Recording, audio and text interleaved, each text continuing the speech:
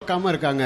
நம்ம ஆளுங்க போட்டு இந்த இருக்கிறாங்க, அவங்க என்ன இவ்வளோ மோசமாக இருக்காங்கன்னு நினைப்பாங்க. அப்போ பதிவுன்னு வரும்போது ரெண்டுமே பதிய வரணும் இல்லைங்களா?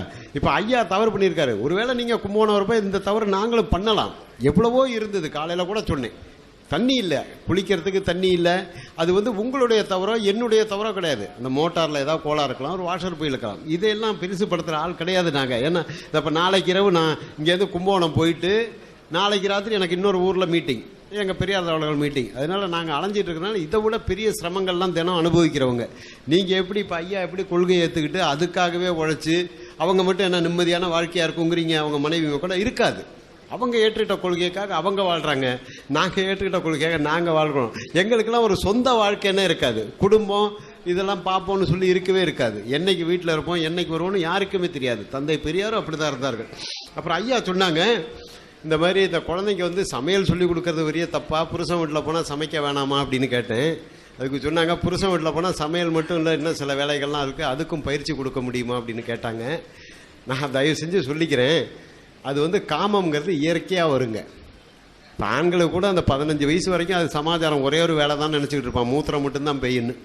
அதுக்கப்புறம் அது தானாக சொல்லிவிடும். அப்பா அம்மாலாம் சொல்லி தருவேன்னா யாரும் இது போய் யார்ட்டையும் அம்மாட்ட போய் கேட்க மாட்டாங்க. நான்லாம் 16 வயசில் எங்கள் அப்பாவும் அம்மாவும் சேர்ந்து தான் நம்ம பிறந்தோம்னு சொல்லுவோம். நான் இல்லைன்னு சத்தியம் பண்ணுவேன். சேச்சா எங்கள் அப்பாலாம் அது மாதிரி பண்ண மாட்டார், எங்கள் அம்மாலாம் ரொம்ப நல்லவங்கன்னு நான் சொன்னவன் தான். ஏன்னா அப்போல்லாம் இந்த சினிமா வரலிங்க. இந்த தொப்புளை காமிச்சிட்டு ஆடுற பொம்பளைங்களாம் அன்றைக்கி வரல. அன்றைக்கெல்லாம் ஏதோ கொஞ்சம் அந்த மார்பு விருப்ப மூடிக்கிட்டு இந்த வயிறு தெரிகிற இடத்துல கூட அந்த கலர் சட்டையை போட்டு ஆடுற நடிகைகள் தான் இருந்தாங்களே தவிர, இப்போ பிறந்த பிள்ளைக்கே தெரியுது அது வேறு சமாச்சாரம். இன்றைக்கி காலகட்டம் அப்படி ஆயிடுச்சுங்க. அதனால் இந்த சமையல் புருஷன் வீட்டில் போய் செய்யணுங்கிறதுனால மற்றதையும் இங்கேயே பயிற்சி கொடுத்த சொல்கிறது ஒரு பகுத்தறிவான ஒரு கேள்வி இல்லைன்னு நான் நினைக்கிறேன். அது உங்கள் முடிவு, அது நியாயமா? ஏன்னா இன்பம் துன்பம் தூக்கம் அழுகை இதெல்லாம் இயற்கைங்க. மதம் கடவுள் இதெல்லாம் நம்ம மேலே திணிக்கப்பட்டது. சாதி, இப்போ நான் என்ன சாதின்னு இந்து மதத்தில் எவனுக்குமே தெரியாது, ஆனால் எங்கள் ஊரில் தெரியும் என்ன சாதின்னு. அது என் மேல் திணிக்கப்பட்டது. நான் எந்த ஊருக்கு போனாலும் நான் மனுஷன்னு எல்லாருமே ஒத்துக்குவான், எனக்கு 2 கை 2 கால். அப்போ நம்ம மேலே திணிக்கப்பட்டது எது, நாமளாக ஏற்றுக்கொண்டது எது, இயற்கையானது எதுன்னா அது இயற்கையானது. சமையல் இயற்கையானது கிடையாது, அது சொல்லி கொடுத்தா தான் வரும். எது சொல்லி கொடுத்தா வருமோ அது சொல்லி கொடுத்து தான் ஆகணும். இயற்கையாக வரதை போய் நம்ம பெருசு பண்ணிக்கிட்டு அதையும் நம்ம இங்கேயே பயிற்சி கொடுத்து அனுப்பணுமாங்கிறது அது மாதிரி கொடுத்தா எந்த மாப்பிள்ளையும் கட்டிக்க மாட்டாங்க இல்லைங்களா? ஏற்கனவே உனக்கு என்னென்ன ட்ரைனிங் கொடுத்துருக்காங்க, எனக்கு எல்லா ட்ரைனிங்கும் எங்கள் வீட்டில் கொடுத்துருக்காங்க, எங்கள் அண்ணன் தான் கொடுத்தாரு சொன்னால் அது ஒரு நாகரிகமாக இருக்காது இல்லைங்களா? அப்புறம் ஐயா சொன்னார், திருவிழாக்கள் மாட்டுக்கு ஒரு பொங்கல், மனுஷனுக்கு ஒரு பொங்கல் அப்படின்னு வரிசையாக எப்படியே ஒவ்வொரு திருவிழாவை போனால் வருஷம் 365 நாளும் வெறும் திருவிழாவே இருக்குன்னாங்க. எங்களுடைய நோக்கம் அது கிடையாதுங்க. நான் திரும்ப திரும்ப தயவு செய்து உங்கள்கிட்ட சொல்லிக்கிறேன், ஐயா ஒன்று ஆதரிச்சாருன்னு சொன்னால் இந்த மனித சமுதாயத்தை எப்படியாவது திருத்தி ஆகணும். எப்படி திருத்துறதுன்னா அவன் வழியில் போய் தான் திருத்தி ஆகணும். இப்போ நீங்கள் எப்படி எங்களை மெதுவாக ஊசி ஏற்றுறீங்க? எப்படியாவது ராஜன் குரானை படிக்க மாட்டானா, இஸ்லாத்தில் இருக்குன்னு சொல்ல மாட்டான்னு நீங்கள் உங்கள் வேலையெல்லாம் காமிக்கிறீங்களே, அதுதாங்க ஐயாவுடைய நோக்கமும். போய் நெத்தி முட்டா சாமி இல்லைன்னா பியால் அடித்தான். மதுரையில் சொல்கிறார், கடவுள் இல்லைன்னு சொல்கிறாரு, மலத்தை தாமரை இலையில கட்டிட்டு போய் அடிக்கிறாங்க. ஒரு கோடீஸ்வரங்க, பிறவி கோடீஸ்வரன். ஏன் அவர் மலத்தால் அடி வாங்கணும்? தண்ணி கொண்டு வராங்க, கழுக மாட்டேன்ட்டார். அதுக்கப்புறம் 2.5 மணி நேரம் கடவுளை திட்டுறாரு. அவன் இவரை மலத்தால் அடித்ததே கடவுளை திட்டினதுக்காக. கழுகாமல் நம்ம மூஞ்சியில் கொஞ்சம் மலம் பட்டால் நம்மளால் எப்படிங்க பேச முடியும்? 2.5 மணி நேரம் அந்த கிழவன் பேசிட்டு இரவு போய் அந்த மலத்தை எடுக்கும்போது தாடியில் பிடிச்சிட்டு ஒட்டிக்கிட்டு இருக்கு. அப்போ தண்ணியை ஊற வச்சு பிச்சை எடுக்கிறாரு. அந்த இடமே நாத்தம். அப்போ மணியம்மா கேட்குறாங்க, ஐயா உங்களுக்கு இது ஒரு சிரமமாக தெரியலையா?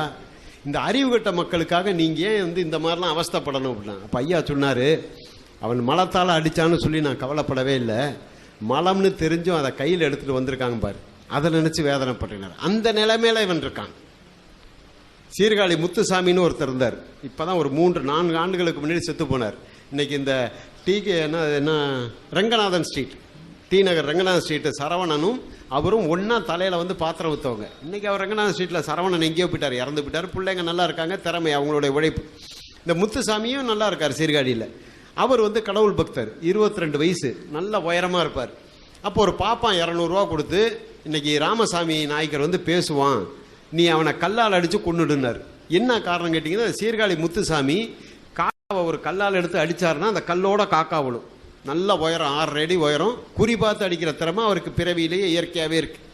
200 ரூபா கொடுத்து அவரை அடித்து கொள்ளுன்னு, பெரியார் பொட்டில் அடித்து கொண்டுடுன்னு சொல்லுவோம். இவர் கேட்குறாரு, ஏன் அவரை கொல்லணும்னு கேட்குறாரு. அவன் வந்து கடவுள் இல்லைன்னு சொல்லுவான், கடவுளை திட்டுவான். அப்போ சொல்கிறார் இவர், எனக்கு 200 ரூபா பணம் தேவையில்லை. அன்னைக்கு அவருக்கு மாத வருமானமே 15 ரூபாயாம். ஒரு பாப்பான் 200 ரூபா கொடுக்குறான்னா எத்தனை மாதம் வருமானம் நீங்கள் பார்த்துங்க. ஒரு ஆண்டுக்கு வருமானத்தோட கூட. அவன் கடவுளை திட்டுவான்னு சொன்னால் நான் அவனை கொண்டு போடுறேன், எனக்கு பணம் தேவையில்லைன்ட்டு 13 ஜல்லிக்கல்லை எடுத்துகிட்டு போகிறாரு. கருங்கல். இன்னும் அவங்க பையங்கள்லாம் இருக்காங்க. ஒரு பையன் பேர் இரண்யன், ஒரு பையன் பேர் ராவணன். சீர்காழியில் முத்து எவர்சிலோர் மாட்டுன்னு எவர்சிலோர் கடை வச்சுட்டு உட்காந்துருக்காங்க. அப்போது 13 கருங்கல் கல்லை எடுத்துகிட்டு போகிறாரு. பெரியார் பேசிகிட்டு இருக்காரு மேடையில். பெரியார் இப்படி திரும்பி பேசும்போது பொட்டை குறி பார்த்துக்கிட்டு இருக்காரு. எப்படா இருந்தாலும் ஒரு செகண்டு நிற்பார், பொட்டில் அடித்து கொண்டுடுவோன்னு. ஒரு பாப்பா அந்த வேலை செய்ய மாட்டான், ஏன்னா அவன் படிச்சிருக்கான். இவங்க படிக்காத ஆளுங்க.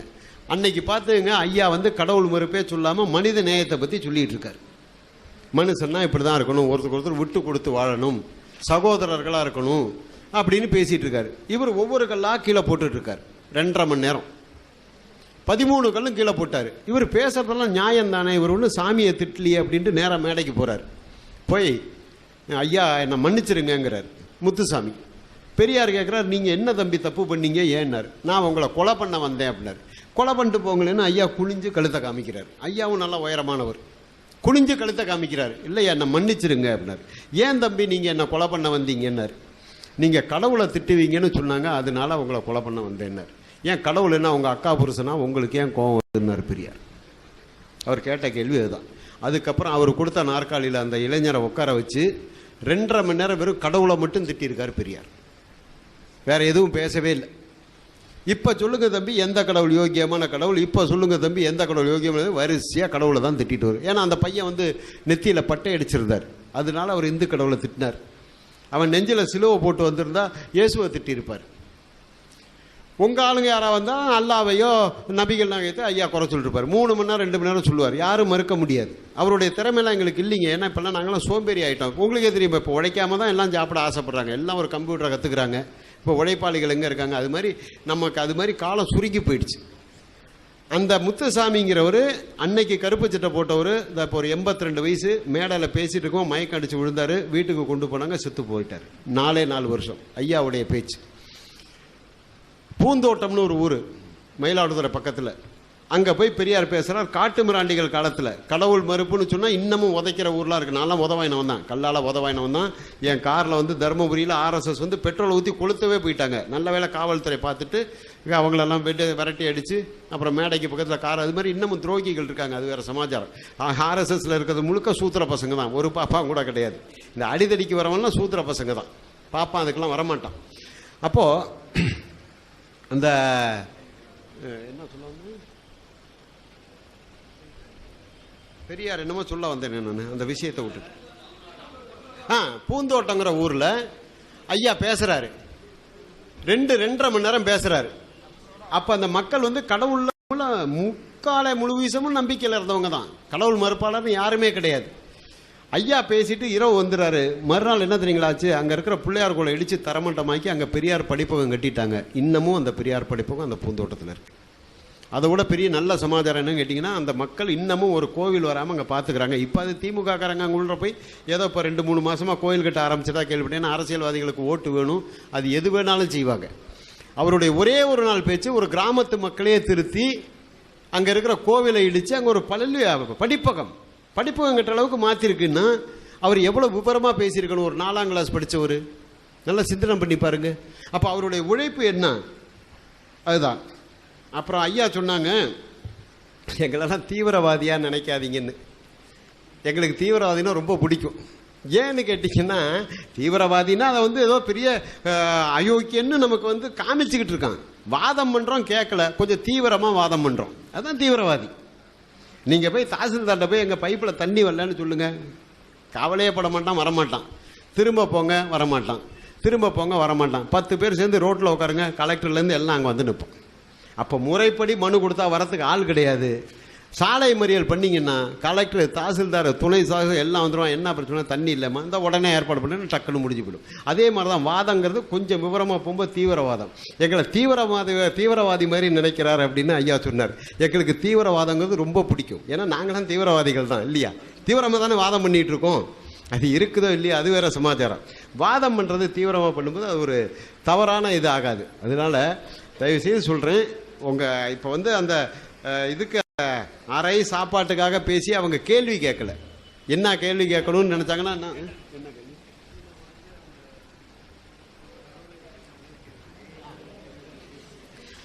மாட்டை கும்பிடுவரான் அயோக்கியன்னு எழுதியிருக்கணும் அப்படின்னு ஐயா சொன்னாங்க.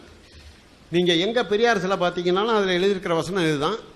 அது யார் மனசும் புண்படக்கூடாதுங்கிறதுக்காக எழுதப்பட்டது. தயவுசெய்து நல்லா புரிஞ்சுக்கணும். எதையுமே ஆழமாக போனால் தான் முத்தெடுக்க முடியும். மேலே வந்து சிப்பி தான் இருக்கும்.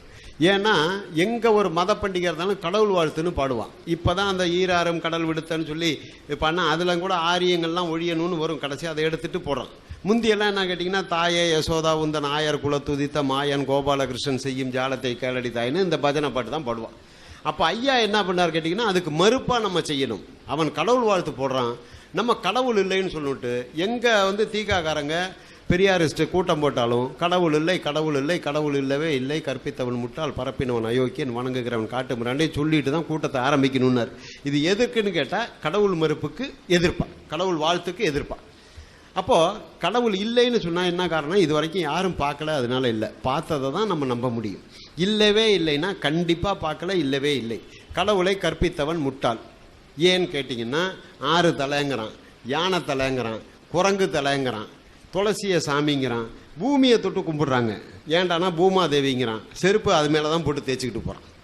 அதோட விட்றானா, சளி பிடிச்சிக்கிச்சுன்னா கரன்னு அது மேலே தான் சிந்துறான். வாந்தி எடுத்தாலும் பூமாதேவி மேலே தான் வாந்தி எடுக்கிறான். 1க்கு போனாலும் பூமாதேவி மேலே தான், 2க்கு போனாலும் பூமாதேவி மேலே தான். ஐயா தான் சொன்னார், ஏப்பா எல்லாத்தையும் சாமிங்கிறியே, இது என்ன கடவுள் சங்கதியா பைத்தியகார சங்கதியான்னு கேட்டார்.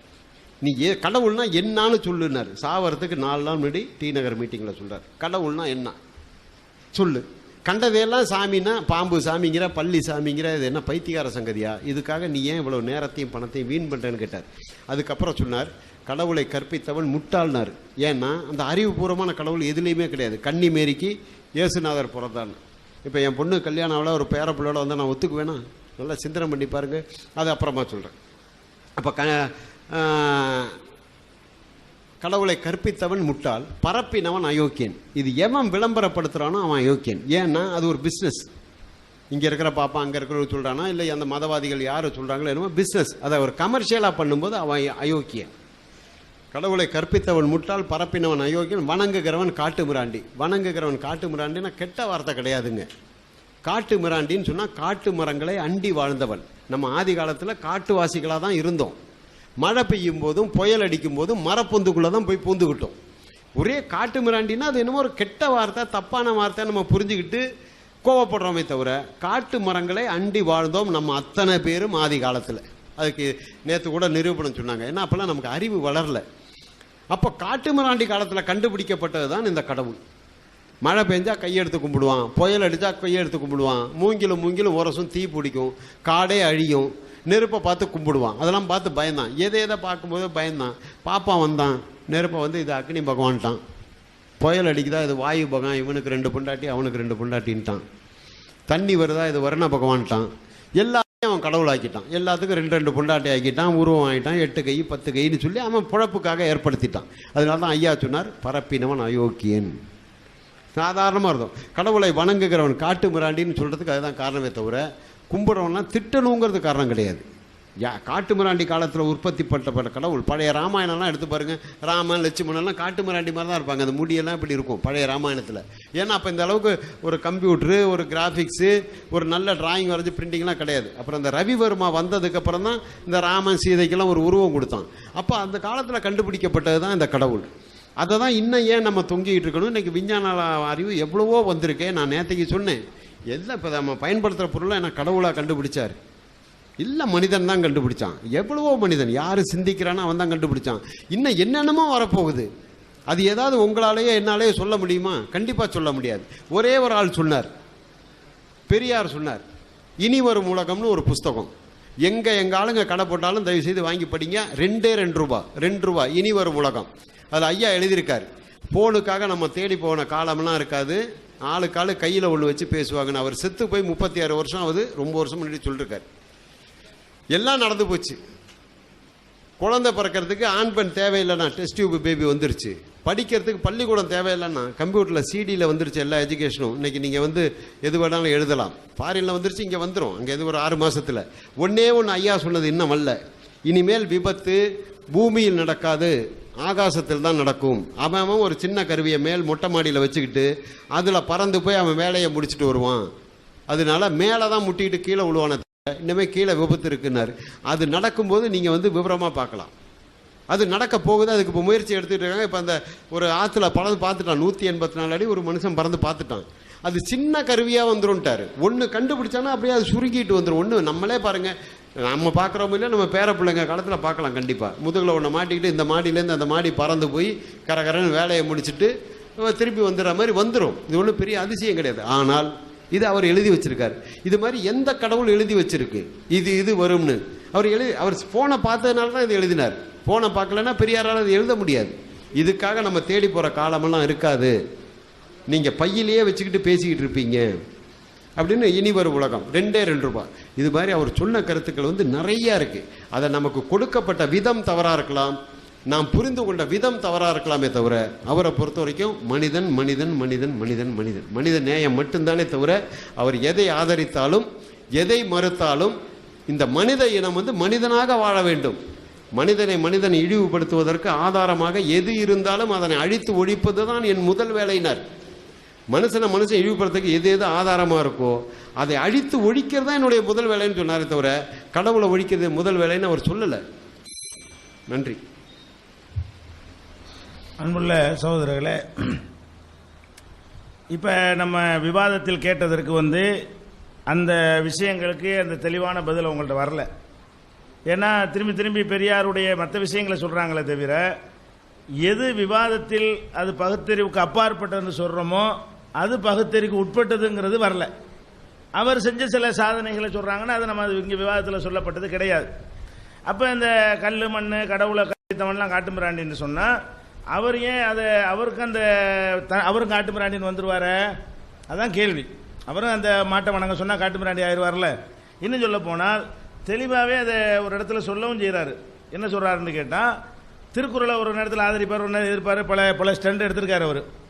ஒரு தடவை அந்த திருக்குறளை ஆதரிச்சிட்டு இருக்கும்போது முதல் குறளே கடவுளை பற்றி சொல்லுதில்ல, அகர முதல எழுத்தெல்லாம் ஆதி பகவன் முதற்றே உலகன்னு இருக்குல்ல.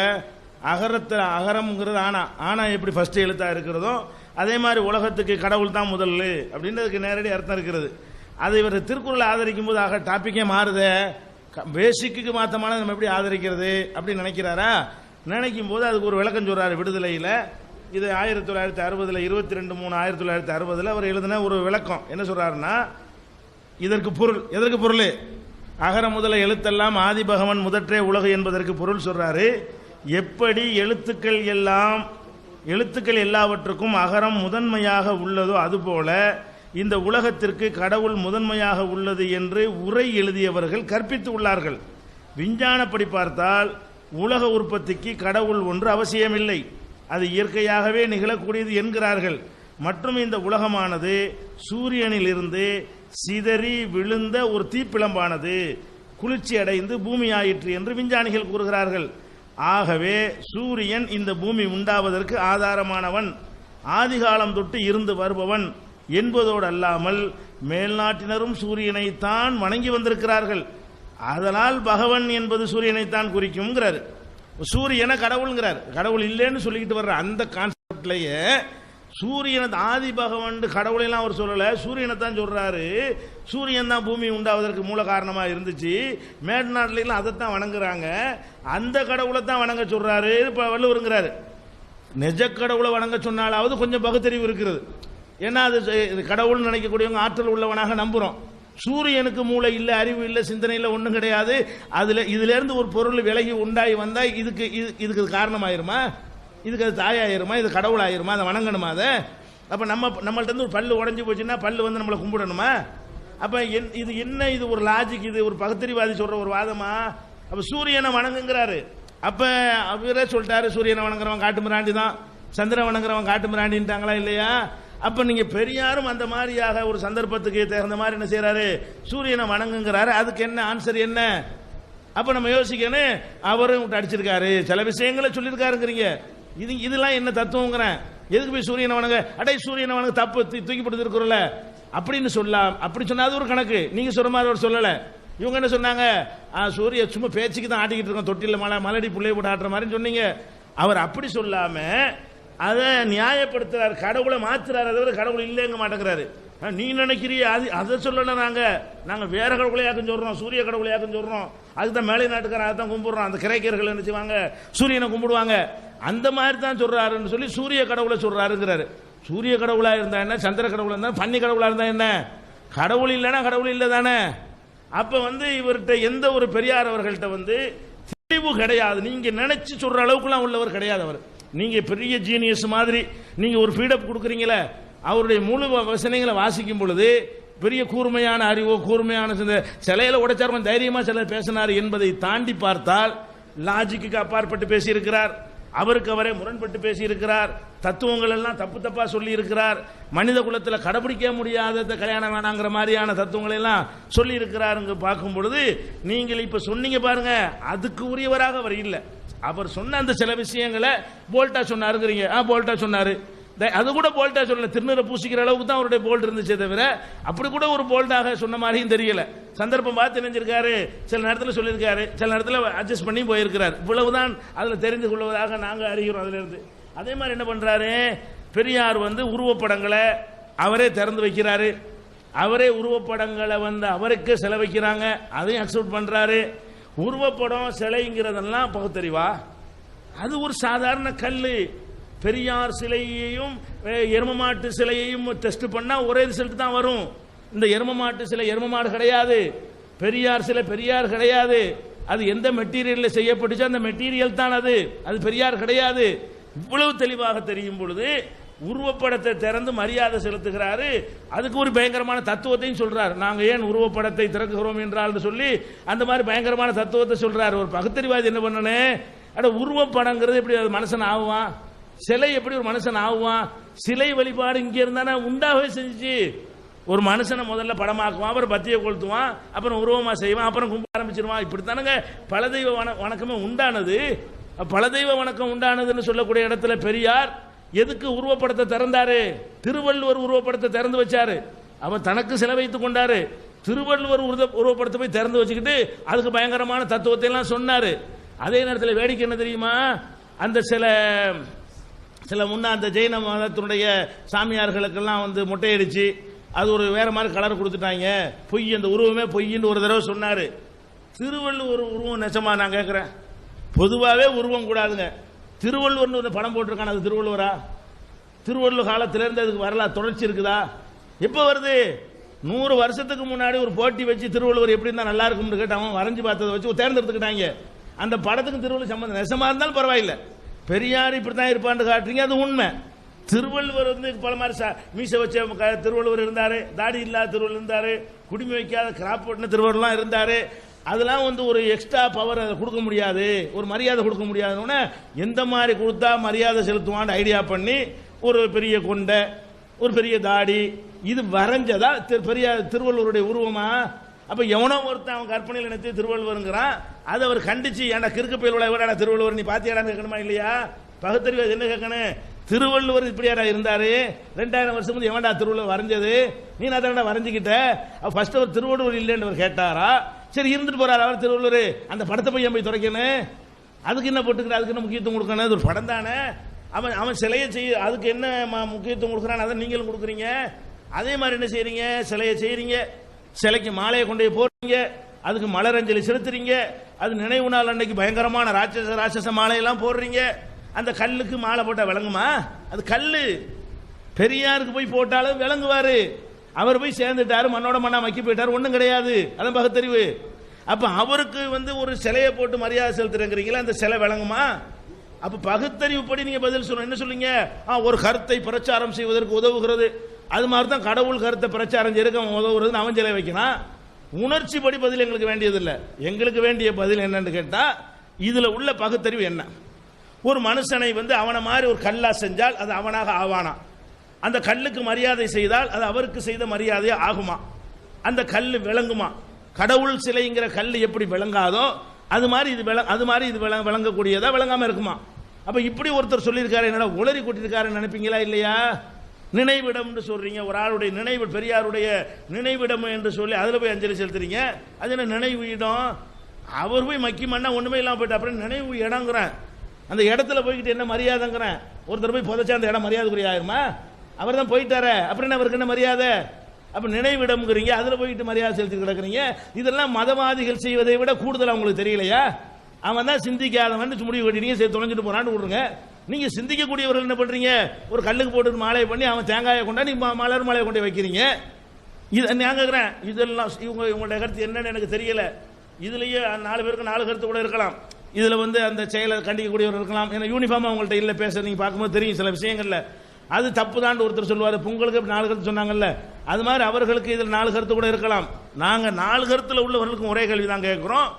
இது தவறு என்றால் தவறுன்னு நினைக்கக்கூடியவர்கள் மற்ற சாமி சிலைகளை பற்றி செய்தவனை கண்டிக்கிறது போல மேடை போட்டு இது ஒரு காட்டு மிராண்டித்தனம், இது ஒரு பைத்தியக்காரத்தனம், இந்த சிலைக்கு அந்த கான்செப்ட்ல பண்ணீங்களா?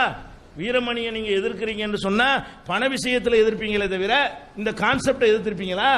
இந்த கொள்கையை, இந்த தப்பான சித்தாந்தத்தை எதிர்த்திருப்பீங்களா? அப்ப நம்ம என்ன பார்க்கிறோம்? சும்மா பகுத்தறிவுங்கிறாங்க. பெரிய பகுத்தறிவு உள்ளவர்கள்லாம் இதை அக்செப்ட் பண்ணவே மாட்டார்கள். எந்த ஒரு பகுத்தறிவு உள்ள ஒரு ஆளும் சிலைக்கு மாலை அணிவிக்கிறது என்ன செய்ய மாட்டாரு? ஏற்றுக்கொள்ளவே மாட்டாரு. சூரியனை கடவுளுங்கிறத ஏற்றுக்கொள்ளவே மாட்டாரு. மாட்டுக்கு நன்றி செலுத்துவதை ஏற்றுக்கொள்ளவே மாட்டாரு. பொம்பளை கல்யாணம் செய்யக்கூடாது என்பதை பகுத்தறிவாதி ஏற்றுக்கொள்ளவே மாட்டாரு. அப்ப அந்த மாதிரியான ஒரு விஷயங்களை தான் இணைஞ்சிருக்காரு பெரியார் சொல்லி இருக்கிறார் என்பதை நம்ம தகுந்த ஆதாரத்தோட, தேவைப்பட்ட ஆதாரங்கள் அடுக்கடுக்காக இருக்கிறது, அதை நம்ம சொல்லி காட்டுகிறோம். அதே மாதிரி முஸ்லீம்கள் மதத்தில் உள்ளவங்க அவங்க சில அடையாளங்களை வச்சிருப்பாங்க. அதில் பயங்கரமான கேள்வி கேட்பீங்க. என்ன கேள்வி? நீ ஏன் தொப்பி போட்டிருக்கிற? அதுவும் மதத்தில் அடையாளம் இல்லை, அடையாளமாக இருக்குன்னு நீங்கள் கேள்வியெல்லாம் கேட்குறீங்க. நீ ஏன்டா சிலுவையை மாட்டிக்கிறாது, என்னடா உனக்குன்னு வர, நீ அப்படி ஒரு மனுஷன் தானடா அப்படின்னு கேட்கக்கூடியவங்க தங்களுக்கு அடையாளம் வச்சுக்கிற மாதிரி இருக்கணுமா இல்லையா? அது என்ன ஒரு கூட்டமாக கொண்டு எல்லாம் கருப்பு சட்டை போட்டு நிற்கிறது? அதுக்கு ஏதாவது லாஜிக் சொன்னீங்கன்னா அது என்ன, நாங்கள் எங்களை தனியாக காட்டிக்கிற விரும்புகிறோம்னா அவனு தனியாக காட்டிக்கிற என்ன தப்பு? நீங்கள் ஏன் தனியாக காட்டிக்கிறீங்கிறேன். அப்போ நீங்கள் ஒரு கருத்தில் இருக்கிற காரணத்தினால் அதன் அடிப்படையில் ஒருத்தர் ஒருங்கிணைப்பீர்களே, ஆனால் அந்த கருத்து தவறு என்று சொல்லக்கூடியவர்கள் ஒருங்கிணைந்தது மூட நம்பிக்கைங்கிறீங்க. நீங்கள் எப்போ பண்ணலாம்? நீங்கள் செய்யறது பரவாயில்லப்பான்னு சொல்லிட்டா நாங்கள் செய்யறது பரவாயில்லன்னு சொல்லலாம். அது தப்புங்கிறீங்க. ஏன் தொப்பிங்கிறீங்க, ஏன் லுங்கிங்கிறீங்க, என்னென்னத்தெல்லாம் மார்க்கம் சொல்லாத ஒன்றை எங்களுக்கு வழங்காமல் செஞ்சா கூட அது உங்களால் கேள்வி கேட்கப்படுற அளவுக்கு அது ஒரு உறுத்தலாக இருக்குது. நீங்கள் நேர்மையான பார்வை உள்ளவர்களாக இருந்தால் இது ஏன் உங்களை உறுத்தவில்லை? கருப்பு சட்டை போடுவது ஏன் உறுத்தவில்லை? ஏன் இதை போய் கருப்பு ஏன்டா, ஏன் கருப்பு நம்முடைய அடையாளம் ஆகணும்னு கேட்டீங்களா? அப்ப எத்தனை வண்ணங்கள் இருக்கிறத, அந்த வண்ணத்தில் கருப்புக்கு மட்டும் அப்படி என்ன ஸ்பெஷாலிட்டி? அல்ல கருப்பை தான் கூடுதலாக தேர்ந்தெடுப்பு சொல்ல போனால் போடுவதற்கு தகுதி இல்லாத கலர் கருப்பு தானே. ஒரு மனிதன் கோடை காலத்தில் போட்டுக்கொள்ள தகுதி இல்லாத உடையது கருப்பு தான். வெப்பங்களை எல்லாம் அது அதிகமாக உள்ள ஒன்றை செலுத்தும், கேடு செய்யக்கூடியதுன்னு சொல்றாங்க. வெயில் காலத்தில் நம்ம நாட்டுக்கு சூட்டான ஒரு உடையே கிடையாது. அதை போய் யூனிஃபார்ம் ஆக்கி 50 பேர் கேடு செய்யற மாதிரி. அப்போ புர்கா ஏன் கருப்பா போடுறேன்னு கேட்கக்கூடாது. அது எங்க மார்க்கத்தில் கருப்பா போட்டுன்னு சொல்லல, விளங்காம போட்டுருக்கான்னு பதில் ஏற்கனவே சொல்லிவிட்டோம். கருப்புல தான் இருக்குன்னு எங்க மார்க்கத்தில் சொல்லப்படவில்லை. நீங்க கருப்பை ஒரு முக்கியமானதாக்குனா எதுக்குன்னா அடையாளம் வேணாங்கிறீங்க, அப்புறம் என்ன செய்றீங்க? அடையாளம் வேணுங்கிறீங்க. அப்புறம் என்ன? அதை விட பயங்கரமான பகுத்தறிவு. உங்க கொள்கை என்ன? கடவுள் இல்லை. கடவுள் இல்லைங்கிற கொள்கையில் ஒருத்தர் உறுதியானவர்னா என்ன செய்யணும் தெரியுமா? அந்த கொள்கையுடைய அந்த வட்டத்துக்கு வெளியே போகாம நின்று என்ன செய்யணும்? அவர் நிக்கணும். அவர் என்ன செய்யறாரு தெரியுமா? பெரியார் வகையராக்கள் இவங்க உள்பட கடவுளுக்கு தமிழில் அர்ச்சனை செய்ய வேண்டும். பயங்கரமான பகுத்தறிவாருங்க. கடவுளுக்கு எதுல செய்யணும்? அது என்னடா சமஸ்கிருதத்தில் இதுலயும் பாப்பானை எதுக்கணுங்கிற ஒரு கொள்கை அதுல இருக்கா? பகுத்தறிவு இருக்குதா? கடவுள் இல்ல, இல்லாத அளவுக்கு நீ மலையாளத்தில் செஞ்சா என்ன, தமிழ்ல செஞ்சா என்ன, இல்லைங்கிற நிப்பியா? நீ செய்யற அயோக்கியத்தனத்தை தமிழனும் செய்யறதுக்கு அனுமதி கொடுன்னு என்ன அர்த்தம்? தமிழனை இங்க எப்படி வென்றெடுக்கணும்? தமிழனே உனக்கு அர்ச்சகரா ஆக்கினாலும் போவாதுன்னு சொல்லணும். மேட்ரு அர்ச்சகர் மேட்ரு இல்லடா, பகுத்தறிவு மேட்ருடா. பாப்பான் தான் கிறுக்கு பிடிச்சி போய் என்ன செய்யறான்? அவன் கல்ல போய் கடவுள்கிட்ட கும்பிட்டு இருக்கிறான். நீ பகுத்தறிவாதியா இருக்கணும். அவன் கொடுத்தாலும் கேட்காத, அர்ச்சகரா கூட ஆக்கிறதுக்கு பிளான் பண்ணுவான். அதுக்காக வேண்டி கல்ல அது பகுத்தறிவா? என்ன பண்றாரு? என் தமிழ் மக்களும் அர்ச்சனை செய்ய வேண்டும், தமிழில் கடவுள்கிட்ட சொல்லு. அது என்ன சமஸ்கிருதத்தை சொல்லுகிறாய்? அப்ப தமிழில் இதெல்லாம் ஒரு சாதனையா வேற. பெரியார் வந்த பிறகு என்ன சாதனை, கலைஞர் வந்த பிறகு தமிழில் அர்ச்சனை செய்ய வேண்டும் என்று சட்டம் கொண்டு வந்தோம். ஓதுவார்களை சிதம்பரத்தில் இறக்கி விட்டு ஒரு குழப்பத்தை பண்ணி தமிழ்ல அவனை போட்டுக்கிட்டு சிந்திச்சுக்கிட்டு பகுத்தறிவாதியா வரக்கூடியவனை அவனை போட்டுக்கிட்டு மூட நம்பிக்கை உள்ளவனை தள்ளி விட்டுப்புட்டு பகுத்தறிவுக்கு பாடுபட்டவனா இது என்ன பகுத்தறிவு? இப்ப அவன் பகுத்தறிவாதியாக இருப்பான். தமிழ்ல போட்டுக்கிட்டு நடராஜரை கும்பிட்டு இருப்பானா? அவன் அதாவது புரியாம விளங்கிட்டு இருந்தாலும் நம்பிக்கை கம்மியா இருக்கு. புரிஞ்ச பாஷையில் சொல்ல நம்பிக்கை கூடி போயிருப்பான் அவனுக்கு. நடராஜர் அவன் பாஷையில் பேசுறான்னு வைங்க, நடராஜர் பயங்கரமான ஆளு மனசுல பதியுமா இல்லையா? இதுக்கு இது ஒரு சித்தாந்தமா? நீங்க என்ன பண்ணணும்? தமிழில் அர்ச்சனையா? எதுக்குடா அர்ச்சனை வேணாம். பகுத்தறிவாதி என்ன செய்யணும்? நீங்கள் எதை சொல்கிறீர்களோ அதில் பகுத்தறிவுக்கு வெளியே நின்று காரணம் வேற காரணம் சொல்லுவாங்க. காரணம் சொல்லுவாங்க, பதில் என்ன காரணம் சொல்லுவாங்க? அது ஏன் செய்தார் தெரியுமா? இந்த பாப்பா வந்து சமஸ்கிருதம் தான் கடவுள் மொழின்னு சொன்னா, எனக்கு மட்டும் அது தெரியும்னு சொன்னான். அதான் பதில். அது உணர்வு பூர்வமான பதில், அறிவுபூர்வமான பதில். என்ன பகுத்தறிவுக்குள்ள பதில் ஆகுமா? அது அவன் எதுக்காக செஞ்சுட்டு போறான்? ஒரு பகுத்தறிவாதி மக்களை நீங்கள் பகுத்தறிவுள்ள ஆக்குவது உங்க நோக்கமா? அவன் தமிழ்ல முட்டா பயில ஆகணும்னு நோக்கமா? நீ முட்டா பயில போனாலும் சமஸ்கிருதத்தில் முட்டா போயிடாத, தமிழ்ல போய் முட்டாளா போகும். இது என்ன பகுத்தறிவு நான் கேட்கிறேன். இது பகுத்தறிவா? இது அவர் இது செஞ்சாரா இல்லையா? அதுக்கு என்னது? அனைத்து சாதியினர் அர்ச்சகர் ஆகணும். அடுத்த பயங்கரமான தத்துவத்தை சொல்றாரு. எந்த ஒரு சென்ஸுமே இல்லைங்க. ஒரு அறிவாளி சொல்ல மாட்டாருங்க. ஒரு கூர்மையான சிந்தனை உள்ளவர் வந்து இப்படி பேச மாட்டார். என்ன செய்யணும்? அனைத்து சாதி பாப்பா மட்டும் என்ன அர்ச்சனை பண்ற, அம்புட்டு சாதிக்காரனும் பண்ணணும், எல்லா ஜாதிக்காரனையும் சாமியாராக்கு அப்படின்னா கொஞ்சம் நஞ்சம் வேணான்ட்டு உங்கள்கிட்ட திருந்தி வந்தானே அவனையும் கொண்டு கோயிலில் கொண்டு தள்ள புரியல. அவனையும் போய் அந்த ஓம் ராமாய நமஹான்னு சொல்லாம தமிழ்ல போய்கிட்டு அந்த மந்திரங்களை சொல்லி கடவுளை வழிபடக்கூடியவனா? இல்லாத கடவுளை, உங்க வாதப்படி இல்லாத கடவுளை, எங்க வாதப்படி இல்லாத கடவுள் தான். இல்லாத கடவுளை போய் வழிபடுவதற்காக வேண்டி அனைத்து சாதியினை அர்ச்சகர் ஆக்குங்கிறீங்களே, இது ஒரு பயங்கரமான கான்செப்ட் சொல்றீங்களே. இதுல வந்து நீங்க உணர்ச்சிகரமாக சிலர் தூண்டி விடுறதுக்கு உதவலாம். பாப்பானியத்தை ஒதுக்குறோம். ஏன் அதை விட இதான சரியான ஒதுக்குதல்? எந்த கான்செப்டை வச்சு ஒதுக்குனா அது இல்லாமாக்கு அது ஒதுக்குமா? இப்ப பாப்பானை எவனையும் கை கோத்து விட்டுட்டீங்களே, இப்ப ஒன்னாக்கி விட்டீங்களே. பாப்பானை வந்து பிரிக்கிறேன்னு சொல்லிவிட்டு பாப்பான் ஒரு பக்கம் மந்திரம் சொல்ல, இவன் ஒருத்தன் மந்திரம் சொல்லிட்டு உட்காந்துட்டு இருக்கிறான். இப்ப ஓதுவார் அங்கிட்டு பார்க்க ஒன்று சொல்றான், இங்கிட்டு பார்க்க ஒன்று சமஸ்கிருதம் சொல்லி என்ன காரணம்? நாளைக்கு 2 பேர் தோல்ல கை போட்டுக்கிட்டு இன்னைக்கு நீ சமஸ்கிருதம் சூப்பரா சொன்ன அப்படின்னு ஆயிடுவாங்களா? நாளைக்கு கடைசியில் ஒட்டுமொத்தமாக கொஞ்சம் நஞ்சம் திருந்தி வந்தோடனே கொண்டு போய் மறுபடியும் கல் மண்ணை கும்பிடக்கூடிய ஆக்குறது வந்து பகுத்தறிவா? இது என்ன சிந்தனைங்கிறது? ஒரு அறிவாளிக்கு தோன்றக்கூடிய ஒரு சிந்தனையா? ஒரு சிந்திக்கக்கூடிய ஒரு மக்களை என்ன செய்யணும்? பகுத்தறிவாவே நம்மளை உங்களை கொண்டு போகணும், விடவே கூடாதுன்னு நினைத்தால் நெருங்காத கல்லு பக்கம் உன்னைய கொண்டு தலையில் கிரீடத்தை வச்சாலும் நீ ஏத்துக்கிறாத. கல்லு தான். இவனாத்தான் கற்பிச்சான் கடவுளை. அது மாதிரி சொன்னாரான். இதான் நாங்கள் கேட்கிற விஷயங்கள். பகுத்தறிவு இல்லை. நீங்க சொல்லக்கூடிய சித்தாந்தங்கள் எதுலையுமே பகுத்தறிவு இல்லை. நினைவு நாள்னு கொண்டாடுறீங்க. அதுக்கெல்லாம் ஆதாரம் நான் படிக்கல, டைம் குறைவா இருக்குனால அவ்வளோ ஆதாரம் வச்சிருக்கிறேன். எந்தெந்த பேப்பரில் என்னென்ன எழுதினார் என்பதற்கெல்லாம் ஆதாரம் கட்ட ஆதாரம் பிரிண்ட் அவுட்டாக கூட தந்துடுறேன். இன்னும் நேரங்கள் குறைவா இருக்கனால வரிசையாக சொல்லிட்டு இருக்கிறேன். ஒரு நாளை நினைத்து கொண்டு நிறைவு நாளுங்கிறீங்க. நினைவு நாளுங்கிறது ஒரு உணர்ச்சி அடிப்படையில் உள்ளவர்கள் கொண்டாடினா ஒரு அர்த்தம் இருக்குது. ஏன்னா அவன் பகுத்தறிவு சிந்திக்க மாட்டேங்கிறான், ஏதோ உணர்வு அடிப்படையில் கொண்டாடுறான்னு ஒத்துட்டு போயிடலாம். பகுத்தறிவாதி என்ன பண்ணணும்? இதுலையும் சிந்தனை செலுத்தணும்ல. இப்போ வந்து 2000 ஒருத்தர் பிறக்கிறார், 2000 ஜனவரி 1 2000 ஒருத்தர் பிறந்தார்னு சொன்னா அதுதான் அவருடைய பிறந்த நாள். 2009 ஜனவரி 1 ஒரு பிறந்த நாள் ஆகுமா? அது போயிடுச்சு. பிறந்த நாள் திரும்பி வர உலகம் ரிவர்ஸா சுத்தினா தான் வரும்.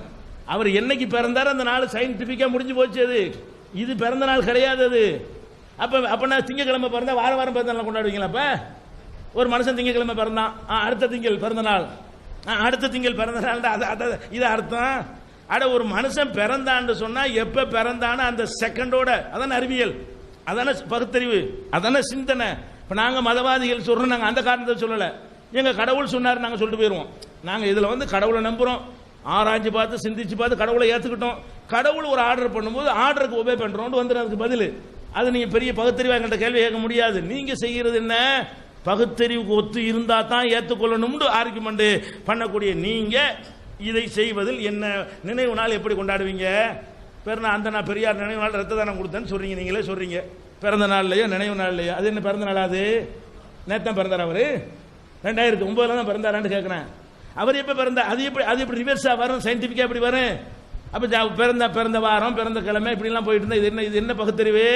நாங்களும் கொண்டாடுறோம்னா நீங்க கேள்வி கேட்க முடியாது. நீங்க பகுத்தறிவு உள்ள காரணம் தான் கொண்டாடணும். இது என்ன நம்ம லூஸ் நம்பருக்கு வேணாப்பா, பிறந்த நாள் வரவா போகுதுப்பா, அவர் பிறந்த நாள் ஓடி போச்சுப்பா, அதையாப்பா நினைவு அப்படின்னு சொல்லணுமா இல்லையா? உலகத்தில் ஒவ்வொரு மைக்ரோ செகண்டும் கடந்த பிறகு திரும்பி வரப்போவதில்லை. அது நினைவு நாளும் இல்லை, அது பிறந்த நாளும் இல்லை, அது வரப்போவதும் இல்லை. அப்ப பிறந்த நாள் நினைவு நாள் என்று அவர் கொண்டாட இல்லையா? இன்னும் சொல்ல போனா பெரிய பயங்கரமா கேள்வி கேட்பீங்க ஆன்மீகவாதிகள்லாம், பணத்தை விரயம் பண்றாங்க அது பண்றாங்கன்னு சொல்லி. ஒவ்வொரு ஊர்லையும் இந்த செலவு விடுதலை பத்திரிகையில் வந்திருக்கிற லிஸ்ட்டை பார்த்தீங்கன்னா சிலை வைப்பதற்காக வேண்டி ஒருத்தனுக்கு கொடுக்குற பணத்தை பார்த்தோம்னா இவங்கெல்லாம் பகுத்தறிவாதிகள் நினைக்கிறேன். அந்த அவர் வந்து 10,000 ரூபா கொடுத்தார், இவர் குடும்பத்தோட இவ்வளவு ரூபா கொடுத்தார், எதுக்கு பெரியாருக்கு ஒரு சிலை வைக்கிறதுக்காக வேண்டி. காசை கொண்டு போய் கொஞ்சம் பால் ஊத்தினா சிலைக்கின்றவன இது குழந்தைய கொடுக்கலாமான்னு பயங்கரமான தத்துவமா கேட்குறீங்களே, அது தப்பு தான், அது தப்பு தான். சிலையில கொண்டு போய் பாலை ஊத்துறது தப்பு தான், சிலையவே உண்டாக்குறது அதுக்கு தப்பு இல்லையா? சிலைக்கு ரொம்ப செலவா, சிலைக்கு கொஞ்சம் பால் ஊத்துறதுக்கு செலவு கூடவா? அப்போ ஒரு செலவைக்கிறதுக்காக வேண்டிய லட்சக்கணக்கான ரூபாய்களை வந்து கலெக்ட் பண்ணி ஒவ்வொரு பகுத்தறிவாதியும் கொடுக்குறானா அது பட்டியல் வர போடுறாங்க பேப்பர்ல. இதுக்கு பெரியாருக்கு வந்து கூடியது, பெரியாருக்கு சிலை வைத்து ஆக வேண்டும், அது நமக்கு முக்கியமான கடமைன்னு சொல்லிட்டு இவர் கொடுத்தாராம், இவர் கொண்டாடி கொடுத்தாராம், அக்கா கொடுத்தாராம், தங்கச்சி கொடுத்தாரான்னு ஒரு பயங்கரமான பட்டியலை போட்டா அது லட்சக்கணக்கில் ஓடுது. செலை வைக்கிறது பகுதிக்கு பகுதி நடக்கிறது, ஊருக்கு ஊர் நடக்கிறது. ஏன் இது என்ன அர்த்தமற்ற ஒரு காரியத்துக்கு இந்த மாதிரி செய்யறீங்களே? அடுத்தவன்ட்ட காசை வீணாக்கலாமான்னு கேட்கக்கூடிய நீங்க இந்த காசை ஏன் ஒரு ஏழைக்கு கொடுக்க கூடாது? ஏன் ஒரு படிப்பகத்துக்கு கூடாது? பிள்ளையார் சிலையை உடைச்சிட்டு படிப்பகம் கட்டக்கூடியவர்கள் பெரியார் சிலையை உடைச்சிட்டு படிப்பகம் கட்டணுமா இல்லையா? அதுவும் இடத்த அடிச்சுட்டு தான் நிக்குது. பிள்ளையார் சிலை என்ன மாதிரியான நம்பிக்கையில இருக்கிறதோ அந்த நம்பிக்கையில சின்ன வித்தியாசம் இருக்கலாம், தேங்காய்க்கு பதிலாக பூ மாறி இருக்கலாம். அது தேவையா? அப்ப நீங்க என்ன பண்ணணும்? எல்லா பெரியார் சிலையும் உடைச்சிட்டு பெரியார் எந்த படிப்பகத்துக்கு பாடுபட்டார் அந்த மாதிரி கட்டுவோம் உங்களால் சொல்ல இயலுமா? அப்ப நம்ம பாட்டுக்கு ஆதாரங்கள் நிறைய இருக்கிறது. அது மாதிரி பெரிய மனிதநேயத்துக்கு தான் பாடுபட்டார் பெரியாருங்கிறாங்க. மனிதநேயத்தை வந்து அவர் மாதிரி குழி தோண்டி புதைக்கக்கூடிய தத்துவங்களை யாரும் சொன்னதே இல்லை. அந்த மாதிரியான விஷயங்கள்லாம் இருக்கிறது. நேரம் முடிஞ்சு அடுத்த முறையில் சொல்றேன். இப்ப நீங்க என்ன யோசிக்கணும்? இந்த விவரங்கள் இதுக்கு நீங்க வேற விஷயங்களை நீங்க சொல்லிட்டு இருக்கிறீங்க. நான் என்ன சொல்றேன்னு கேட்டா, பெரியார் அங்க போனாரு இங்க போனாரு அவர் வாதம் நல்லா இருக்கு, எனக்கு நல்லா இருக்கு. எப்படி பிள்ளையார் சிலையை உடைச்சிட்டு கோயில் பள்ளி படிப்பகம் கட்டுறாங்களோ அதே மாதிரி பெரியார் சிலையும் உடைச்சிட்டு கட்டணும். நல்ல வாதம் தான். ஏன்னா நமக்கு எதாக இருந்தாலும் எடுத்து சொன்னால் தானே புரியும். பெரியார் தலையில் நாங்கள் தயிரையோ பாலையோ தேனையோ கொண்டு போய் கொட்டி விட்டு வேண்டது கிடையாது. ஆனால் அந்த கருங்கல் பிள்ளையார் தலையில் கொண்டு போய் உணவுப் பொருளெல்லாம் 2 கட்டான்னு ஒருத்தர் இருப்பான். நீங்கள்லாம் நல்லா சாப்பிடுவீங்க, முஸ்லீம்லாம் பார்த்தீங்கன்னா நல்லா சாப்பிடுவீங்க. இந்த கிறிஸ்துவர்கள்லாம் பார்த்தா சாப்பிட்றானோ இல்லையோ டைகி கட்டிட்டு ஷூ போட்டுக்கிட்டு ஆள் ஜோராக வெளியே வந்துடுவான். இந்த 2 கட்டான்னு சொல்கிறது நாங்கள் தான், நாங்கன்னா இந்து மதம். இந்த 2ஐயும் கொண்டு போய் சாமிக்கு கொடுத்துருவான். இந்த கருங்கல் இடுப்பில் போய் பட்டுப்புடையை கட்டி விட்டு இந்த திங்கிற தயிரை நெய்ய பாலெல்லாம் தலையில் ஊற்றி விட்டு அந்த பக்கம் பின்னாடி சாக்கடையில் வரதை பிடிச்சி தீர்த்தம்னு குடிச்சிட்டு வருவான் முட்டா பயலுக்கு. இந்த 2 கட்டம். அது மாதிரி இப்போ ஐயா சொன்ன மாதிரி பெரியாருக்கு சிலை வைக்கிறதுங்கிறது அவர் இருந்தார், அவர் ஒரு கற்பனை கடவுள் அல்ல. நம்ம வாழ்ந்த காலத்தில் வாழ்ந்தார். கொஞ்ச நாள் முன்னாடி 36 வருஷம் முன்னாடி தான் செத்து போயிருக்கார். அவர் பெரியார்னு ஒருத்தர் இப்படி இருந்தார், அவர் இதெல்லாம் செஞ்சார் சொன்னால் கண்டிப்பாக நாங்கள் சிலை வச்சிருக்க மாட்டோம். அவருக்கு நினைவு நாளோ பிறந்த நாளுங்கிறது ஒரே ஒரு நாள் தான் ஒருத்தனுக்கு, அது நல்லாவே தெரியும். இப்போ நீங்கள் மிலாடி நபி கொண்டாடுறீங்க, என்ன வருஷம் நபி பிறந்துகிட்டு இருக்காரா? இல்லை நீங்கள் கிடையாதுங்க ஐயா. ஐயா நீங்கள் ஒன்று பண்ணுங்க, நாங்கள் உங்களை முஸ்லீமாக தான் பார்க்குறேனே தவிர, ஏன்னா தாடியோடு இருக்கீங்க, நெத்தியிலலாம் தழும்பு இருக்குது, அதனால நான் கும்பகோணத்தில் பார்க்குற அத்தனை சின்னங்களும் உங்கள்கிட்ட இருக்கு, நான் தான் பார்க்குறேன். ஆனால் உங்கள் உள்ளுக்குள்ளே என்ன இருக்குன்னு எனக்கு தயவு செய்து தெரியாது, சரிங்களா? அதனால இந்த ப்ராட்டஸ்டன்ட்னு ஒன்று தப்பான். அவன் பார்த்தீங்கன்னா நான் இயேசுவெல்லாம் கும்பிட மாட்டேன், சிலுவையை தான் கும்பிடுவேன்பான். சிலுவைங்கிறது ஒரு கொலைக்கருவி. முன்னாடி கில்லட்டின் இருந்தது, இப்போ தூக்கு தண்டனை இருக்குது. அப்போ ஒரு நாள் இது மாதிரி விவாதம் பண்ணும்போது ஒருத்தர் கேட்டால் நாங்கள் இயேசுவை கும்பிட மாட்டோங்க, சிலுவையை தான் கும்பிடுவேன்னா. அது பெரிய முட்டாள்தனமாச்சே அப்படின்னு. என்னங்க அதை போய் முட்டாள்தனங்கிறீங்கன்னா, ஏப்பா அது ஒரு கொலைக்கருவிப்பா. இப்போ நீ என் வீட்டுக்கு வர, நான் ஒரு அருவாளுக்கு பூமாலெல்லாம் போட்டு சூடம் காமிச்சிக்கிட்டு இருக்கேன், என்னங்க இது அருவாளை கும்பிட்றேன்னு கேட்குறீங்க. எங்கள் அப்பனை இதில் தான் வெட்டி கொண்டா, நான் அன்னையிலேருந்து இதை கும்பிட்றேன்னா நான் அறிவாளியாக முட்டாளா? நான் 1ஆம் நம்பர் முட்டாள். அதனால ஐயாவுக்கு சிலை வைக்கிறது அவருக்கு செய்கிற நன்றி கடன். உங்கள் இஸ்லாத்தில் எந்த நினைவு சின்னமும் இருக்கக்கூடாது, ஃபோட்டோ இருக்கக்கூடாது, சிலை இருக்கக்கூடாது, உருவ வழிபாடு இருக்கக்கூடாது. அதை மட்டுமே நீங்கள் ஆதாரமாக வச்சு பேசுகிறங்கிறது எல்லா மதத்துக்கும் பொருந்தாது. நம்மளை அடிமைப்படுத்தின வெள்ளைக்காரனுக்கு இன்னும் நம்ம இந்தியாவில் சிலை இருக்குது. நம்ம பணத்தெல்லாம் சுரண்டினான், நம்மளை கூலிக்காரனாக வச்சுருந்தான், அவனுக்கெல்லாம் இந்தியா முழுக்க சிலை இருக்குது. ஏன் இருக்கு? அவன் நம்மளை அடிமைப்படுத்தினான்னு மகிழ்ச்சிக்காகவா? அப்படி கிடையாது. வெள்ளைக்காரன் வச்சது. அவனுடைய ஆட்சி கிளைவுக்கு இன்னைக்கு வச்சிருக்கான்னு சொன்னா என்னன்னா, அவ்வளவு கொடுமைப்படுத்தி பணத்தை சம்பாரிச்சு கொடுத்தான், அதுக்காக வச்சிருக்கான். பெரியாருக்கு நாங்க அதுக்காக வைக்கிறது கிடையாது. இன்னமும் நிறைய வைக்கணும்னு ஆசைப்படுறோம். ஏன்னு கேட்டீங்கன்னா, யாராவது ஒருத்தன் பெரியார்கிட்ட போய் மாலையை போட்டு பெரியாரை நீ என்னை காப்பாத்துன்னு சொன்னா முதல்ல அவன் மண்டையை உடைக்கிறது நாங்களா தான் இருக்கும். அவருக்கு ஒரு நினைவுக்காக, இப்படி ஒரு மனிதர் வாழ்ந்தாருக்காக அந்த சிலையே தவிர மாலை போடுறதுக்கு ஒரு மரியாதையா பழக்க தோஷம். திரும்ப திரும்ப நான் என்ன சொல்றேன்னா, இந்த மக்கள் செய்வது முழுக்க அவங்களுடைய பழக்க தோஷம். அதை உடனே ஒரே செகண்ட்ல மாத்திர முடியாது. எப்படி உங்கள் மக்களை மாற்ற முடியாதோ அதே மாதிரி எங்கள் மக்களையும் மாற்ற முடியாது. ஐயா, காலையிலேயே நான் சொல்லிட்டேன், கருப்பு சட்டை போட்டவங்களாம் பகுத்தறிவாதின்னு தயவு செய்து நினைச்சுக்காதீங்கன்னு நான் சொல்லிவிட்டேன். திரும்ப திரும்ப அதை சொல்ல வேணாம். நீங்கள் எப்படி வடிகட்டின முஸ்லீமா இருக்கீங்களோ அதே மாதிரி நான் வடிகட்டின பெரியாரிஸ்டா இருக்கிறேன். நாங்கள் இருக்கிறோம், புரியுதுங்களா? எது நீங்க தவறுன்னு ஒதுக்கிட்டு வந்திருக்கீங்க, அதே மாதிரி எங்களுடைய இருக்கிற இயக்கத்திலேயும் சில தவறெல்லாம் எங்களுக்கு பிடிக்காம தான் வந்திருக்கோம். அப்ப யாரும் பெரியார்கிட்ட போய் அது பொருளை செலவு பண்றதில்ல. அந்த செலவு வைக்கிறதோட சரி, அவருடைய பிறந்த நாளுக்கும் அவர் நினைவு நாளுக்கும் ஒரு நன்றி செலுத்துற மாதிரி. ஏன்னா அவர் நமக்காக வாழ்ந்தாருக்காக தான். அவரை நாங்க கண்ணால பார்த்தோங்கிறதுக்காக தான். கண்ணால பார்த்ததை நாங்க நம்புவோம், அதுல ஒன்றும் சந்தேகத்துக்கு வேலையே கிடையாது. பார்க்காததுக்கு என்னாலமோ பண்ணிட்டு இருக்கீங்க, அதை பத்தி நான் கேட்கவே இல்லை, அது எனக்கு தேவையும் இல்லை.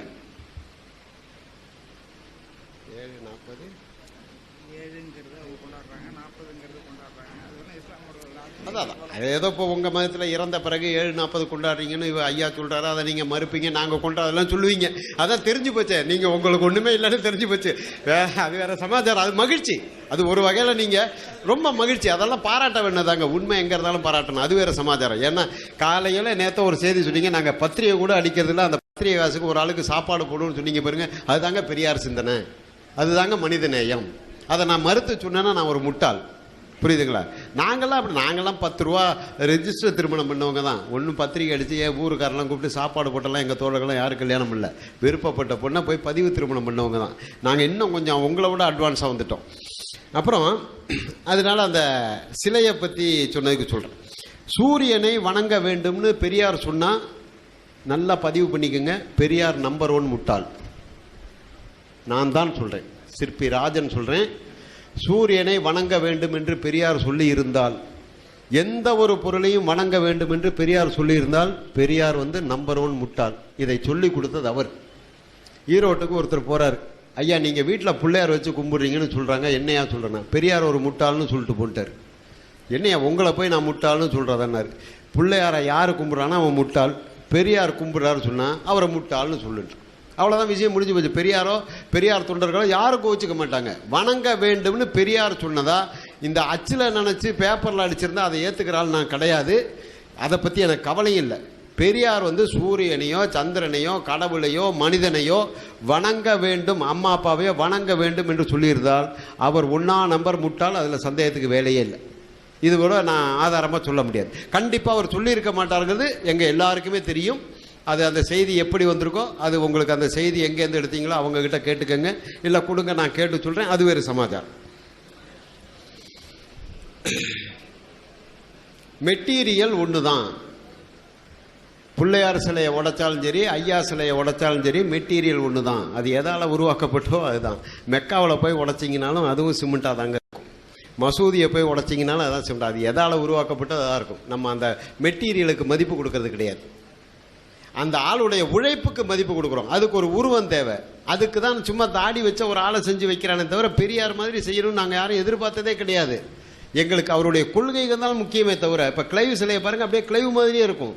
ஏன்னா அவன் பெரிய ஆர்டிஸ்ட்டை கூப்பிட்டு செஞ்சிருப்பான். நாங்கள்லாம் பார்த்தீங்கன்னா அந்த மோல்டில் போட்டு மன்னார்குடியில் வைக்கிறான் 7500 ரூபா, அதை தான் வாங்கி வைக்கிறோம். அது பெரியார் மாதிரியே இருக்காது. ஏதோ குண்டா ஒரு ஆள் தாடி வச்சுக்கிட்டு ஒரு குச்சி வச்சுட்டு இருப்போம், எங்களுக்கு அது போதும். எங்களுக்கு நாங்கள் அந்த சிலைக்கு முக்கியத்துவம் கொடுக்கவே இல்லை.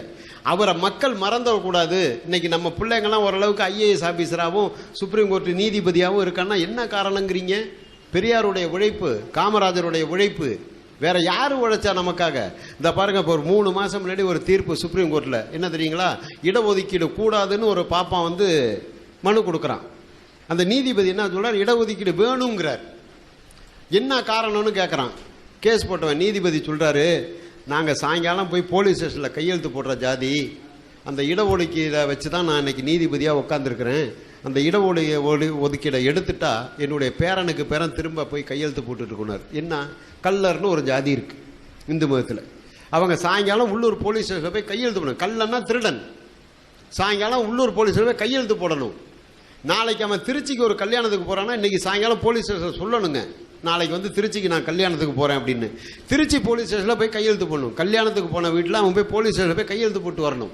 திரும்ப இன்னைக்கு நான் திரும்ப மெட்ராஸ் வந்துடுறேன்னு சொல்லணும். இந்த மாதிரி ஒரு நிலை இருந்தது. இன்னைக்கு அது மாதிரி இருக்குதானா? இல்லை. அது வந்து பெரியாருடைய உழைப்பு. தெருவுக்குள்ளே போகாத நாங்கள் நாய் போகலாம், ஆடு போகலாம், பண்ணி போகலாம், மனுஷன் போகக்கூடாதுன்னு சொன்னான். இன்னைக்கு எல்லா தெருவிலையும் எல்லாம் போயிட்டு இருக்கோம். அது பெரியாருடைய உழைப்பு. செத்த மாடை தூக்கிட்டு போவான், மனுஷன் போகக்கூடாதுன்னா. கிணறு வெட்டுவான், தண்ணி குடிக்கக்கூடாது. ரோடு போடுவான், அந்த ரோட்டில் நடக்கக்கூடாது. அறுப்பறுத்து நெல்லை கொண்டு போய் அவன் வீட்டு பத்தாயத்தில் போடணும். ஆனால் சாதாரண நேரத்தில் அந்த தெருவில் நடக்கக்கூடாது. இதெல்லாம் இன்னைக்கு இருக்கானா? இல்லை. இது ஏன்?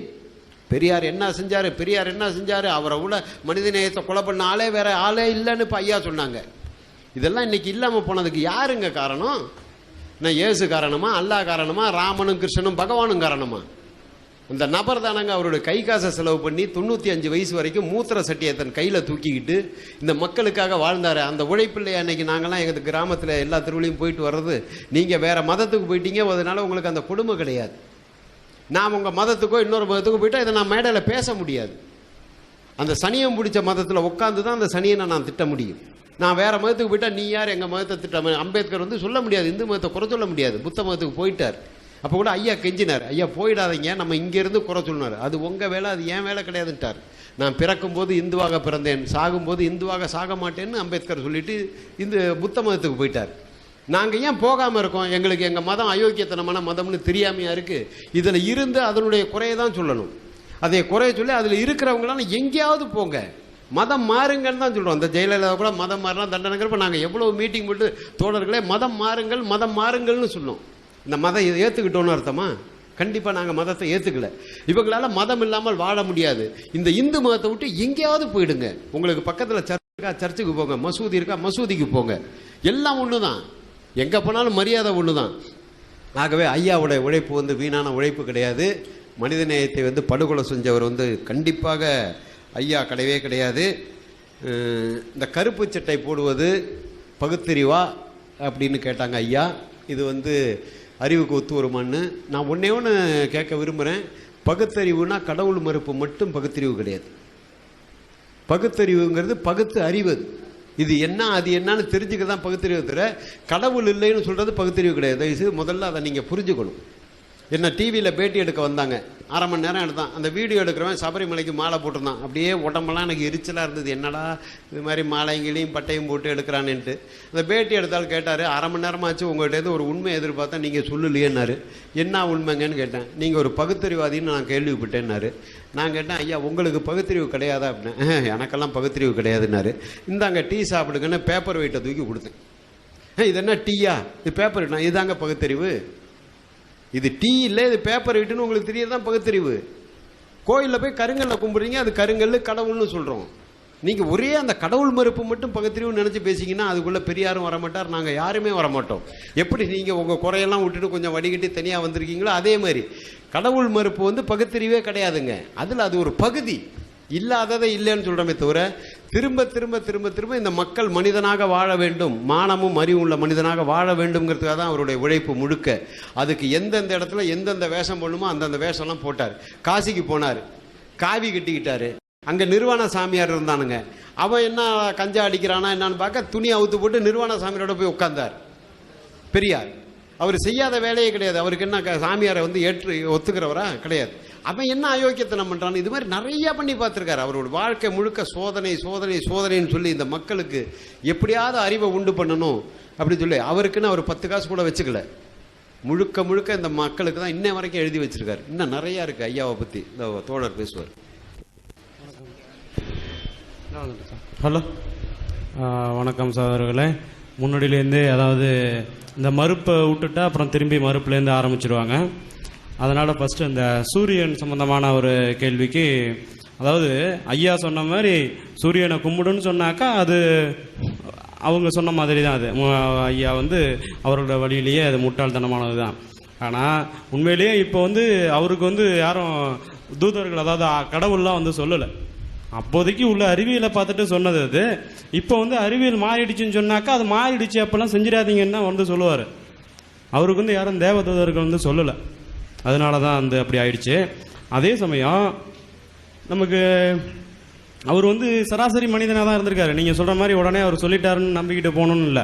நீங்கள் சொல்லியிருக்க இறை தூதர்கிட்ட கூட ஒரு சமயம் வந்து ஒரு கண்ணு தெரியாதவர்கிட்ட போய் அவர் கடிஞ்சுக்கிட்டதாகவும் அதுக்கு மறுப்பு, அதாவது வேதத்திலேருந்து நீங்கள் அப்படி அவர்கிட்ட கோவப்பட்டிருக்க கூடாதுன்னு மறுப்பு சொல்லியிருக்காரு. இறை தூதராக நியமிக்கப்பட்டிருக்கிறவரே கோவப்பட்டிருக்காருன்னா இவர் வந்து இறை தூதர்லாம் இல்லை, ஐயா சராசரி மனிதர்களை திருத்தறதுக்கு வந்திருக்கிறவர்.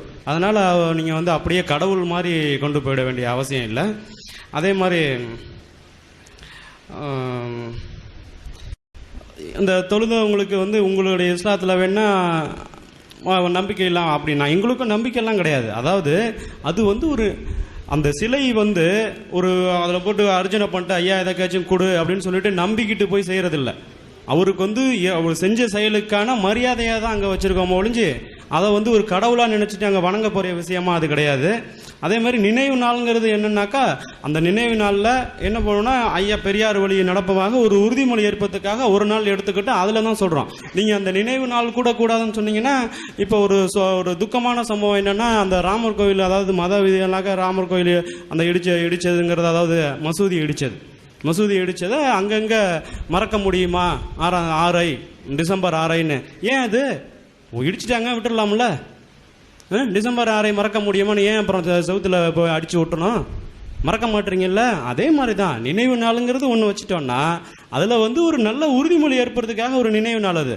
அப்படி தான் நீங்கள் அறிவியல் ரீதியாக தான் அதையும் அடுத்துட்டு போகணும். அதாவது அப்புறம் வந்து இந்த மறுப்பு கொள்கைங்கிறது, அதாவது தமிழில் வந்து அந்த அர்ச்சனை பண்ணணுன்னு சொல்கிறீங்க, அதுக்கு மறுப்பு என்னன்னா, அதாவது எல்லாரும் வந்து அதை மறுக்கணும்னா கடவுள் இல்லைன்னு தான் சொல்கிறோம். யாரும் வந்து தமிழில் போய் எடுத்தவொடனே நீங்கள் வந்து தமிழில் அர்ச்சனை பண்ணுங்கன்னு ஐயா சொல்லலையே. கடவுள் இல்லைன்னு சொல்லி பார்த்துட்டு இல்லை அவன் கேட்குற மாதிரி இல்லைன்னொடனே அப்புறம் அது தமிழ்லையாச்சும் சொல்கிறான்னு சொன்னாங்க. இது நாளைக்கு மாறும். உங்கள் குரான்லேயும் வந்து உடனே இதெல்லாத்தையும் ஏற்றுக்கணும்னு சொல்லியே 3 மாத குழந்தைக்கு ஒன்று சொல்கிறாங்க, அப்புறம் 10 மாத குழந்தைக்கு தாய்க்கு தெரியும்னு சொல்லியிருக்காங்கல்ல. இறைவனுக்கே அப்படி தான் நீங்கள் உங்களுடைய கொள்கை இருக்கும்போது மனிதனுக்கு இப்படி உடனே வந்துடும் தெரியாதா? அதாவது மனிதனுடைய சிந்தனைங்கிறத வந்து ரொம்ப குறுகிய வட்டம் தான். அவங்க சொல்லியிருக்கிற அதே, அதாவது உடனே ஏற்றுக்க மாட்டாங்கன்னு சொல்லி தமிழில் வரும். அதுக்கப்புறம் அவன் உள்ளே போய் பார்க்கும்போது கடவுள் இல்லைன்னு அவனுக்கே தெரிஞ்சிடும். அவன் என்ன போட்டிக்கு இருக்கிற பாப்பன் ஒதுங்கி போயிடும் போது உள்ளே போய் அவனே அர்ச்சனை பண்ணும்போது அங்கே ஒரு கடவுள் இல்லைன்னு அவனுக்கும் தெரிஞ்சிடும். அப்போ சுத்தமாக கடவுள் இல்லாமல் போயிடும். அதில் உள்ள உண்மை அதுதான். நீங்கள் வந்து நாளைக்கு இருந்து தமிழ் அர்ச்சனைங்கிறது வந்து இல்லாமையே போயிடலாம்ல, சுத்தமாக கடவுளே இல்லைங்கிற ஒரு வழிக்கு வந்துடும். பேசணுங்களா? இந்த ஒரு நிமிஷம். சரி ஐயா, நேரம் கம்மியாக இருக்கனால பேசும். தோழர்களே, இங்கே வந்து லைவாக தான் ஓடிக்கொண்டு இருக்கிறது. அனைவரும் பார்த்து கொண்டிருக்கிறது, அருகாமையிலும் பார்த்து கொண்டிருக்கிறீர்கள். அதாவது எல்லோருக்கும் தெளிவாக புரியக்கூடிய ஒரு விஷயம். நாங்கள் வந்து ஐயா அவர்கள் சொன்னார்கள், ஒரு குழந்தை, 2 சிறுவர்கள் வருகிறார்கள். அந்த சிறுவர்களிடம் ஒரு விஷயத்தை சொல்லும்போது ஆரம்பத்திலிருந்து இங்கே உட்கார்ந்து பார்த்தார்கள் என்றால் நாங்கள் சொன்ன கருத்துக்கள் என்ன, அவர்கள் சொன்ன கருத்துக்கள் என்ன, அதில் எது தவறு எது சரி, இதை சொல்லி முடித்துவிட்டு அடுத்தது வேறு எதுக்காவது தாவி விட்டோமா என்று பார்த்தால் இல்லை. அதாவது தோழர்களே, திருக்குறளை அதை நல்ல செய்திகள் இருந்தால் மட்டுமே அதை ஏற்றுக்கொள்வோம். அதில் தீய செய்திகள் இருந்தால் அதை விட்டு விடுகிறோம். ஸோ இதுதான் எங்கள் நிலை. ஆனால் ஐயா அவர்கள், நீங்கள் வந்து திருக்குறளை ஏற்றுக்கொள்கிறீர்கள், அகர முதல எழுத்தெல்லாம் ஆதி பகவானை முதற்றே உலகு, இந்த கேள்விக்கு எனக்கு இன்னும் பதிலே சொல்லவில்லை என்று ஐயா சொன்னார்கள். ஆனால் இதை நாங்கள் விட்டு விடுகிறோம். அதில் உள்ள நல்ல கருத்துக்களை மட்டும்தான் எடுத்துக்கொள்கிறோம். இதே போல்தான் உங்கள் குர்ஆனிலும் நல்ல கருத்துக்கள் இருந்தால் கண்டிப்பாக எடுத்துக்கொள்கிறோம். இப்போது பேசிய வரையில், இங்கு கிடைத்த செய்திகள் வரையில் எங்களுக்கு உங்களிடமிருந்து பிடித்தமான விஷயங்கள் இருந்தால் மன்னிப்பு கேட்டீர்கள், மன்னிப்பு எங்களிடம் கேட்டீர்கள். மிக வரவேற்கக்கூடிய விஷயம், உங்களை வந்து மேன்மையாக, அதாவது என் தலையில் தூக்கி சுமக்கக்கூடிய அளவுக்கு நான் உங்களுக்கு கடமைப்பட்டிருக்கிறேன். இது வரவேற்கக்கூடிய ஒரு விஷயம். அதுமேல் சரி தவறு என்று பிரித்து பார்த்து ஆராயும் போது அதில் தவறு இருந்தால் தள்ளிவிடுவோம், உண்மை இருந்தால் எடுத்துக்கொள்வோம். ஐயா பேசுவார்கள்.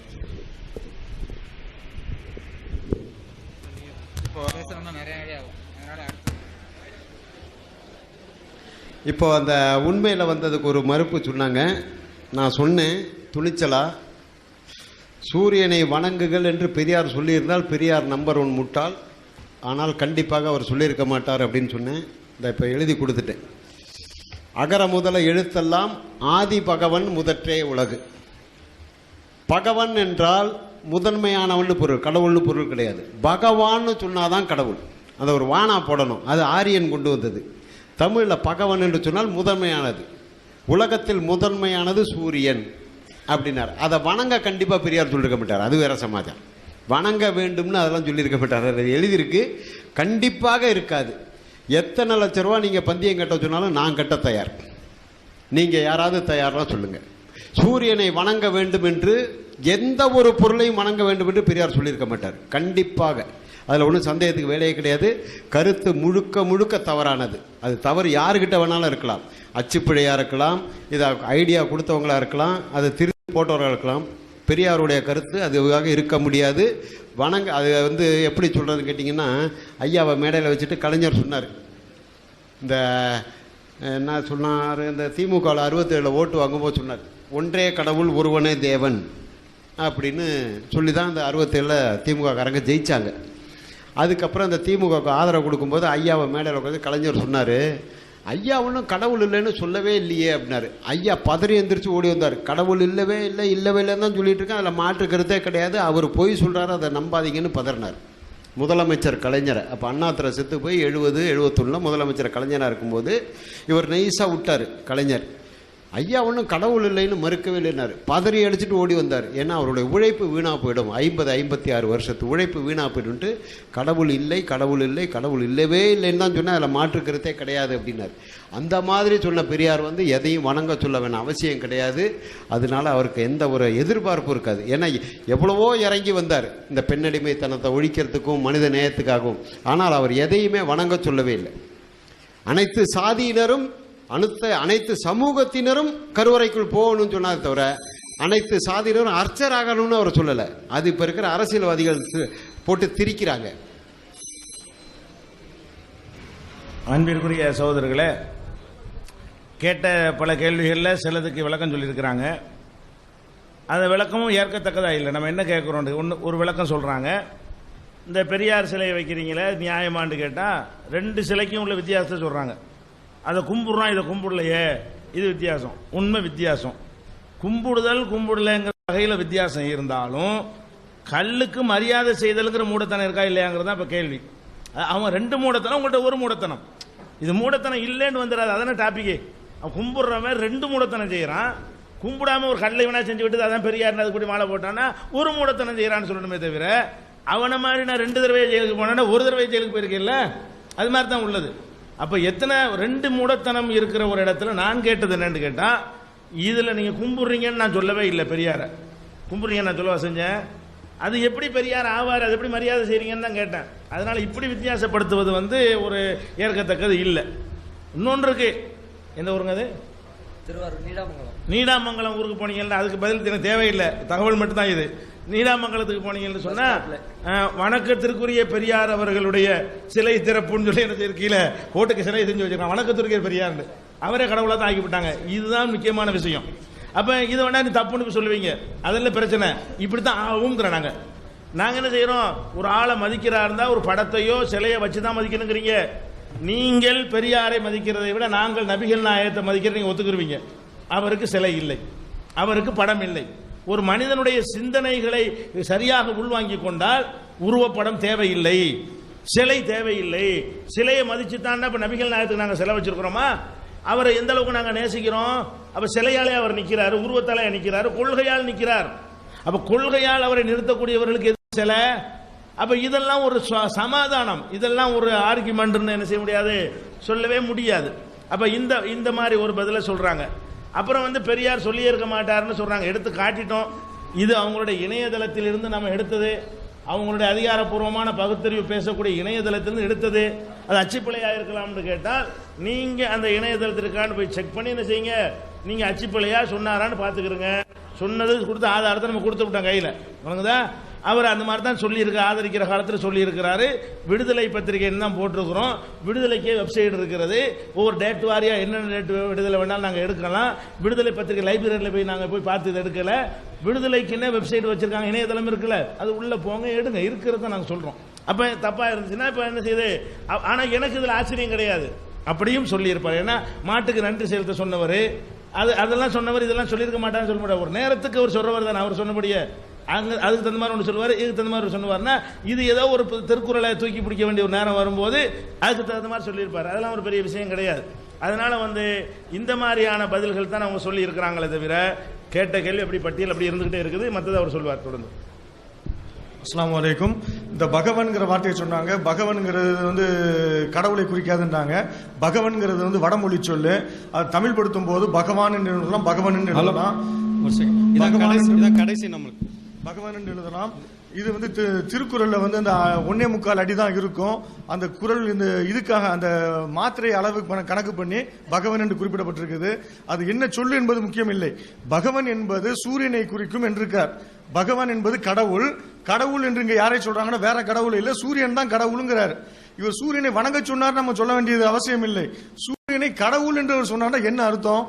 வணங்கும் தான் அர்த்தம், கடவுளாக அவர் ஏற்றுக்கொண்டார் தான் அர்த்தம். அது தொடர்பாக இன்னொரு செய்தி சொல்ல விரும்புறேன். அவங்க சொன்னாங்க, பெரியார்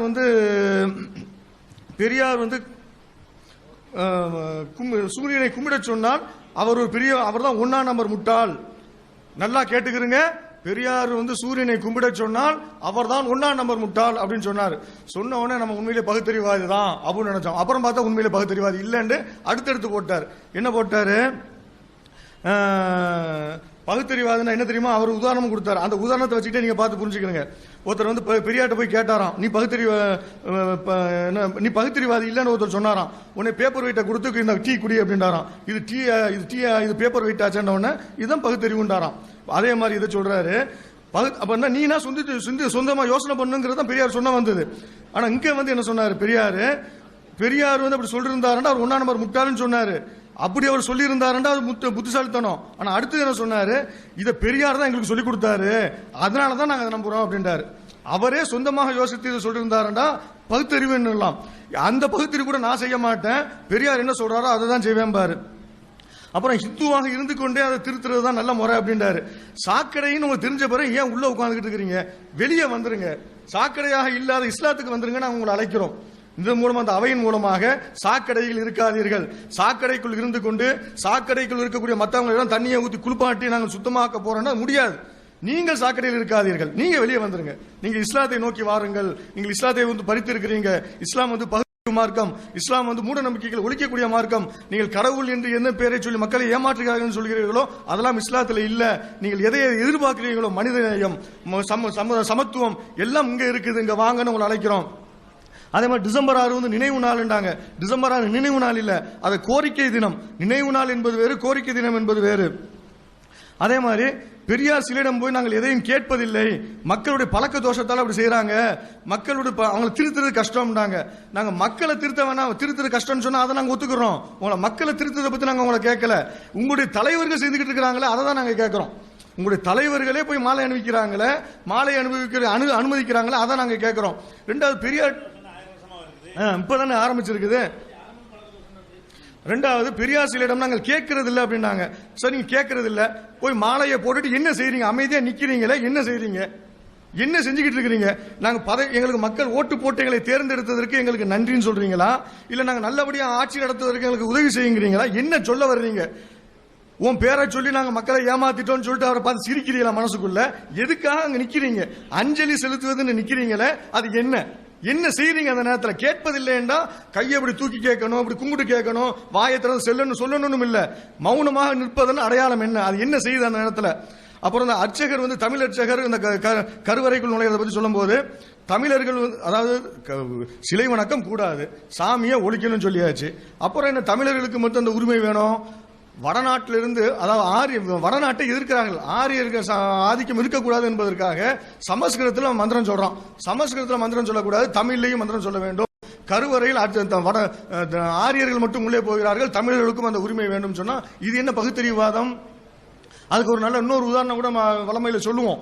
என்ன உதாரணம் சொன்னா, வடநாட்டில இருந்து ஆளை கூட்டிட்டு வந்து பங்களால வச்சு தொழில் பண்றான்னு கேட்டா அதை தொழில் பண்ண கூடாதுன்னு சொல்றதா, இன்னும் வடநாட்டில இருந்து ஆளை கூட்டிட்டு வந்திருக்கிற தமிழ்நாட்டுக்காரங்களை வச்சு தொழில் பண்ணுப்பா இப்படியா சொல்லுவீங்க? இதுதான் லாஜிக்கா? இது லாஜிக் இல்ல. இந்த மாதிரி உதாரணங்களை ஏன் சொல்றேன்னா, அவங்களோட பேச்சை நீங்க 2 நாளா கவனிச்சிருப்பீங்க. இந்த பகுத்தறிவு இயக்கம்னு சொல்லக்கூடியவர்கள் எல்லாம் இந்த மாதிரி நிறைய உதாரணங்களை தான் பேசுவாங்க. இது மாதிரியான நிறைய உதாரணங்கள்லாம் சொல்றேன். அது சம்பந்தமா இன்னும் நிறைய உதாரணங்கள் சொல்றேன். அதே மாதிரி உருந்தா திருமணம், மணியம்மையை திருமணம் செய்ததை பற்றி சொன்னாங்க. பெண்களுக்கு உரிமை வேணும்னு சொல்றாங்க. அதே நேரத்தில் பெண் அடிமை கூடாது, பெண்களை வந்து ஒரு போக பொருளாக கருதுவது, அவர்களை வந்து சமைக்கிறதுக்காக பிறந்தவங்க, ஆண்களுக்கு ஊழியம் செய்வதற்காக பிறந்தவர்கள் சொல்வதெல்லாம் தவறுண்டாங்க. சொல்லிட்டு மணியம்மையை திருமணத்தை பற்றி அவங்களே அதை எடுத்தாங்க. நம்ம அந்த பிரச்சனை எடுக்கிறதுக்கு முன்னாலேயே அவங்களே முந்திக்கிட்டு எடுத்தாங்க. எங்க எப்படி செஞ்சாங்கன்னு சொன்னா, மணியம்மையை திருமணம் செய்யறதுக்கு அந்த அம்மா சொன்னாங்களாம், நான் என்னம்மா நான் பாட்டுக்கு அவருக்கு உதவி செஞ்சுக்கிட்டு, அவருக்கு பணிவிடை செஞ்சுக்கிட்டு, சமைச்சு போட்டுக்கிட்டு, அவருக்கு உதவி கைகால பிடிச்சி விட்டுக்கிட்டு இருக்கிறேன் அப்படின்னு சொல்லி அம்மா சொன்னாங்களாம். அப்ப அவர் அந்த அம்மாவை இத்தனை வருஷமா திருமணம் முடிப்பதற்கு முன்பு வரை ஒரு அடிமைத்தனமாக நடத்திருக்காரு. பெண்ணுக்கு உரிமை வேணும், பெண்ணுக்கு சமத்துவம் வேண்டும் சொன்னவர் தன்னுடைய வீட்டிலே பெண்ணை அடிமையாக நடத்திக்கிட்டு இருந்திருக்காருன்னா இது என்ன பகுத்தறிவு? சொல்லுக்கும் செயலுக்கும் முரண்பாடாக இருக்குது. அதே மாதிரி இன்னொன்று சொல்றாரு, பெண் அடிமையை பற்றி சொல்லும் போது என்ன சொல்றாரு, பெண்களுக்கு உரிமை விடுதலை வேணும். விடுதலைக்கு என்ன காரணம் சொல்றாரு, பரிகாரம் சொல்றாருன்னா, பெண்கள் ஏன் அடிமையாக இருக்கிறான்னு பத்தி அவர் ஆய்வு செய்யறாரு. ஆய்வு செய்து சொல்றாரு, பொம்பளைங்க வந்து குழந்தை பெற வேண்டியிருக்குது. இந்த குழந்தை பெறதுக்கு ஆண் வந்து தனியா வாழ்ந்துட்டு போயிருமா, அவனுக்கு எந்த பிரச்சனையும் இல்ல. பெண்களுக்கு வந்து இந்த குழந்தை பெறதுன்னு ஒரு பிரச்சனை இருக்குது. குழந்தை பெறது தன்னால பெற முடியாது, அதுக்கு ஒரு ஆம்பளை துணை தேவைப்படுது. அதனால இதை வச்சுக்கிட்டே ஆம்பளைங்க வந்து பொம்பளைங்களை வந்து அடிமைப்படுத்திக்கிட்டு இருக்கிறான் அப்படின்னு சொல்லிட்டு சொல்றாரு. அதனால பொம்பளைங்க புள்ளையே பெறாதீங்க அப்படின்னு ஒரு தீர்வு. இன்னொரு தீர்வு அவங்களே சொன்னாங்க, கற்பை பையை வெட்டி போடு. கற்பை பையெல்லாம் வெட்டி போட்டா ஆண் வந்து ஒன்று அடிமைப்படுத்த முடியாது. இதுவா தீர்வு? அவங்க நேற்று காலையில சொல்லும் போது சொன்னாங்க, கொலை செய்தவனுக்கு மரண தண்டனை சொல்லும் போது, கொலை செய்தவனை தூக்கில் போட்டால் மரண தண்டனை விதித்தால் அவனுக்கா தண்டனை? அவன் குடும்பத்தில் உள்ளவங்களை சாப்பாடு இல்லாம இருப்பாங்க, அவங்கள தண்டிக்கிற மாதிரி ஆயிருதுல. தப்பு செய்தவன் எல்லாம் நீங்க தண்டிக்கணும்னு கேட்டாங்கல்ல. இப்ப இங்க ஆண் வந்து பெண்ணை வந்து அடிமைப்படுத்துறான். அடிமைப்படுத்துறதுக்கு அடிமைப்படுத்துறவன் ஆண், தண்டிக்கப்பட வேண்டியவன் ஆனா பெண்ணுடைய கர்ப்பப்பையை வெட்டி போடணுமா? இது பகுத்தறிவா? அப்ப நீங்க என்ன தீர்வு சொல்லணும்? அடிமைப்படுத்துறவன் ஆணு, அவன் தான் புள்ளைய போடுறான், அதனால அதை வெட்டி போடுறான் அப்படின்னு சொன்னீங்கன்னா பகுத்தறிவு. இது வந்து தீர்வு. இதை விட்டுட்டு தப்பு செய்யறவன் இவன் அடிமைப்படுத்துறான், அதனால இவனை வெட்டி போடு. என்ன இதுவா பகுத்தறிவு? இது வந்து பகுத்தறிவே கிடையாதுங்க.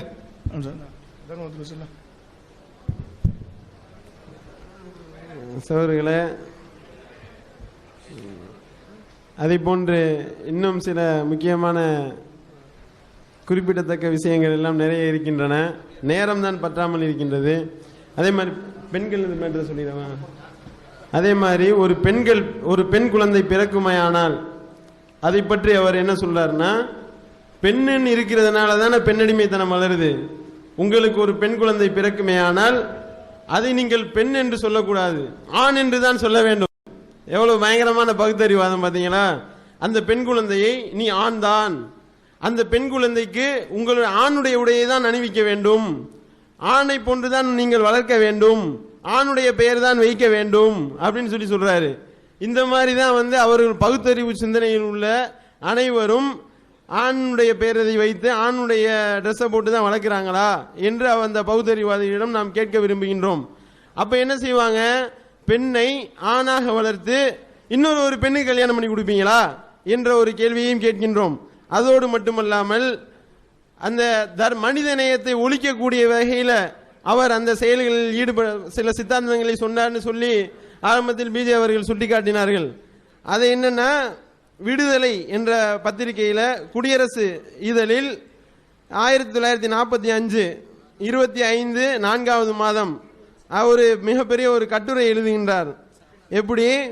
அதாவது தர்மம் என்பது ஏழைகளுக்கு பிச்சையிடுதல் முதல் மற்றவர்களுக்கு பல உதவிகள் செய்வது என்பது வரை அநேக விஷயங்கள் தர்மத்தின் கீழ் சொல்லப்பட்டிருக்கின்றன. இந்த மாதிரி தர்மத்தை பற்றி எல்லா மதங்களுமே முறையிடுகின்றன. இப்படி மதங்கள் ஏழைகளுக்கு தர்மத்தை கொடுக்க சொல்வது என்பது அந்த பணக்காரர்களுடைய திமிர உருவாக்குறதாக இருக்கின்றது. பணக்காரன்ற ஒரு கெத்து வந்துருமா, இந்த ஏழையை ஏழைக்கு தர்மம் கொடுக்கிறதுன்றது இப்படி